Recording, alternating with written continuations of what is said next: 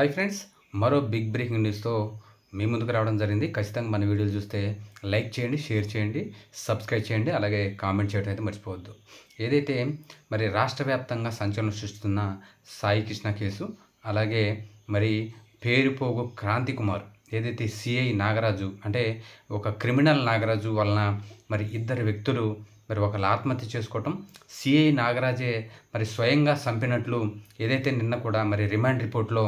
మరి సిట్ మరి కోర్టు కూడా మరి నివేదిక సమర్పించిన నేపథ్యంలో అసలు కూటమి ప్రభుత్వం ఎక్కడ నిద్రపోతుంది, విశ్లేషకులు మరి వివరిస్తున్న మాట. అలాగే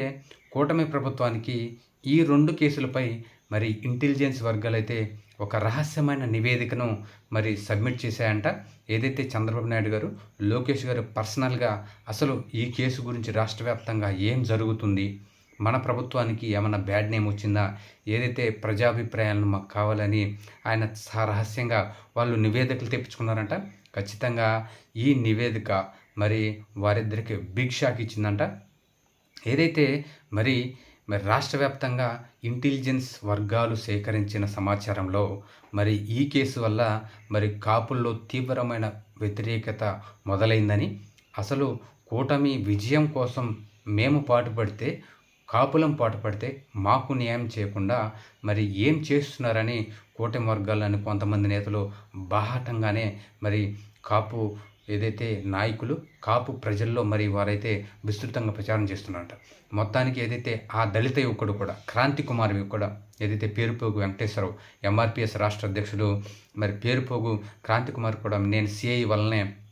ఆత్మహత్య చేసుకున్నానని, ఖచ్చితంగా సిఐ నన్ను దాదాపు 2-3 నెలల పాటు ఇబ్బంది పెడుతున్నారని, స్టేషన్ పిలిపించి మరీ కొడుతున్నారని, ఖచ్చితంగా దాంట్లో ఒక ఎస్ఐ, ఒక సిఐ, 2 కానిస్టేబుల్ పాత్ర ఉందని వారిని వెంటనే సస్పెండ్ కూడా చేయాలని మరి ఆయన వాంగ్మూలంలో రాసినట్లు కూడా సమాచారం. మొత్తానికి ఇవన్నీ పక్కన పెడితే అసలు కూటమి ప్రభుత్వం మరి ఎప్పుడు మేల్కొందంటే దాదాపు కూటమి మొత్తానికి డ్యామేజ్ జరిగిన తర్వాతే మేల్కొందని మరి ఇంటెలిజెన్స్ అయితే మరి చంద్రబాబు నాయుడు గారికి, లోకేష్ గారికి అయితే రిపోర్ట్ ఇచ్చిందంట. మొత్తానికి ఈ కేసును ఛాలెంజ్గా తీసుకున్న కూటమి ప్రభుత్వం ఖచ్చితంగా పవన్ కళ్యాణ్ గారు, నారా లోకేష్ గారు, చంద్రబాబు నాయుడు గారు దీని వెనుక ఉన్న ఎవరైనా సరే ఖచ్చితంగా వారు ఏ వ్యక్తులైనా సరే, మా పార్టీ వ్యక్తులైనా సరే మాకు తెలియాలని మీరు నిష్పక్షపాతంగా విచారణ చేసి ఒకవేళ దీని వెనక ఏ రాజకీయ నాయకుడు ఉన్నా సరే ఆ ఆధారాలు అవన్నీ మాకు తెలియాలని, ఖచ్చితంగా మాకు వచ్చిన డ్యామేజ్ ఈ జరగకుండా మరింత మరి రాబోయే రోజుల్లో ఆ విషయాలన్నీ ప్రజలకు తెలిసే విధంగా మీరు వ్యవహరించాలని ఐజీ రవిప్రకాష్ గారికి ఆదేశాలు జారీ చేసిన సమాచారం. ఇందు మూలంగానే ఆయన దాదాపు ఒక 2 బృందాలను ఏర్పాటు చేసుకొని రాష్ట్ర వ్యాప్తంగా అంటే మార్కాపురం నుంచి విజయవాడ వరకు మరి సాయి కృష్ణను తెచ్చిన వెహికల్స్ కానీ, టాస్క్ ఫోర్స్ టీంని కానీ అందరినీ మరి అదుపులోకి తీసుకొని మరి విచారిస్తున్నట్లు సమాచారం. ఏదైతే స్టేషన్లోని ఒక ఎస్ఐ నేను మే 5 నుంచి 8వ తారీఖు లోపు సాయి కృష్ణ ముస్తఫాని మరి స్టేషన్లోనే చూశానని, ఆ తర్వాత ఏం జరిగిందో నాకు తెలియదని మరి ఆయన వాంగ్మూలం ఇచ్చినట్లు సమాచారం. మొత్తానికి కూటమి ప్రభుత్వం మరి ఇప్పటికైనా మేల్కోకపోతే ఖచ్చితంగా రాబోయే రోజుల్లో భారీ డ్యామేజ్ దళితుల్లోనూ, కాపుల్లో ఉంటుందని, ఖచ్చితంగా ఏదైతే వైసీపీ చేస్తున్న